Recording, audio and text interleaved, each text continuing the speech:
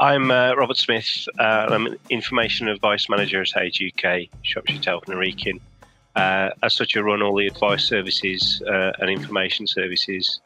But over the last 5 years, we have been running a digital inclusion service to try and teach people the benefits of being online and teach them digital skills.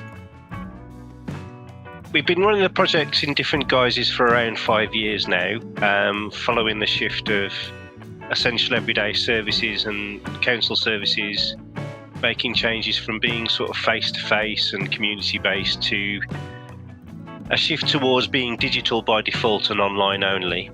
And during the pandemic, it really accelerated need, as many older people without digital technology or without internet connectivity found themselves even more isolated and dependent on others to do these tasks for them, especially those who were shielding, who were clinically vulnerable. As we came out of the pandemic, we found that older people were housebound or in rural areas had little opportunity to learn digital skills. And the Engage project was created to support people with sort of person-centred learning within their own home, to try and teach them those digital skills when necessary. And if possible, if a client was mobile, we would link them up with peer support groups and hubs in the county that was already doing digital learning. The impact it's had, providing person-centred support on a one-to-one basis can be very transformative, as most older people receiving support explained to us that they had increased confidence in learning new skills. They're learning at their own pace. But the project also empowered people to make social connections and to reduce loneliness and isolation, which had a very positive impact on their mental health as well as giving them confidence on the digital side. I think the digital world, with the people we support generally, is probably not understandable and not relevant to some older people. And I think really the awareness raising is the key to that, to make people aware of the benefits of being online and the positive things that can bring to people. I mean, there's lots and lots of reasons in Shropshire why older are 5 more times more likely to be excluded. Really, there's disability and health conditions, especially people with mental health conditions, sensory impairment, or dementia. They create even greater barriers to being online and being able to handle sort of digital services. Skills and education is especially an issue with older people, which is what the project tries to make it, more understandable and relevant to people. Of course, some people, it's sort of cost and affordability. Over recent years, we've had a cost of living crisis, and people have to prioritise their energy bills, which have gone up sky high, and people will look to see whether they can continue to realistically afford being online and constantly upgrading their equipment. The service tries to provide equipment on a lease basis or a try before you buy basis to try and make it understandable and relevant to them. A lot of older people that have come to us around issues of mistrust. They've been scammed, or they don't trust the internet. So we try to, promote sort of safe ways of being online, safe ways to pick passwords and save passwords, just to try and make that more understandable and relevant to them. But I think there'll always be a cohort of people who just generally, it's a personal preference not to be online, and despite all of the awareness raising, I think that their choice has been made, that they've gone so far without going online and using online services, so they don't see it really necessary to change now.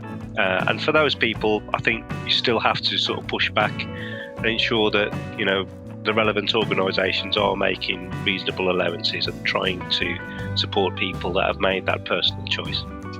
I think the other thing to make it more relevant is the whole person-centred core of our service.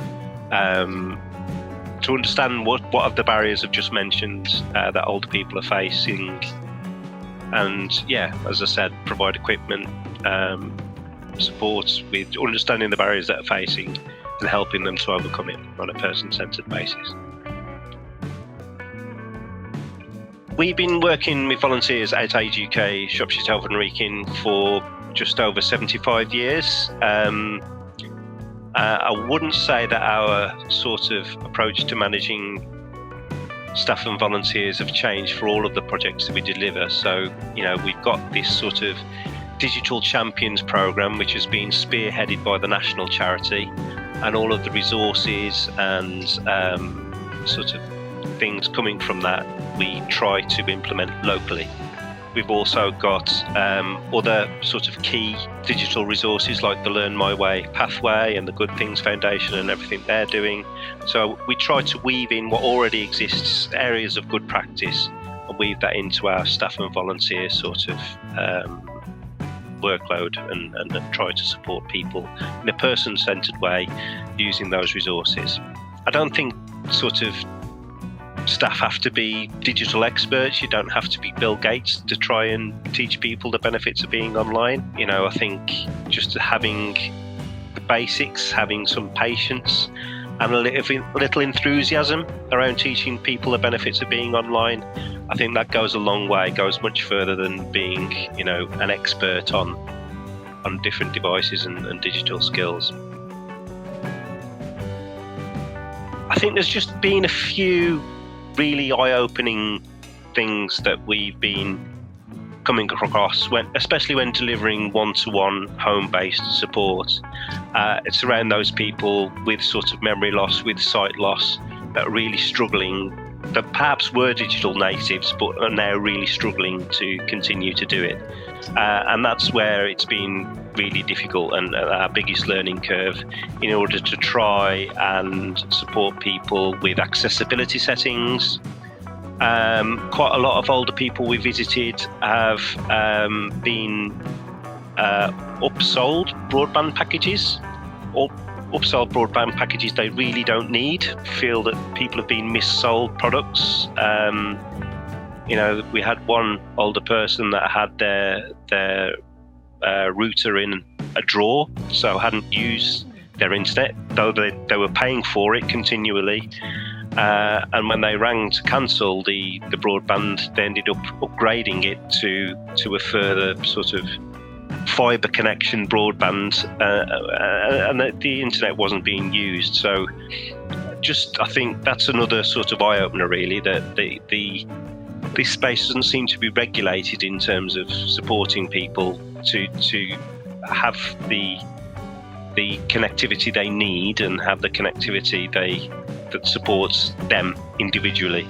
Those are sort of two key things that we've come around in terms of on providing one-to-one support with people.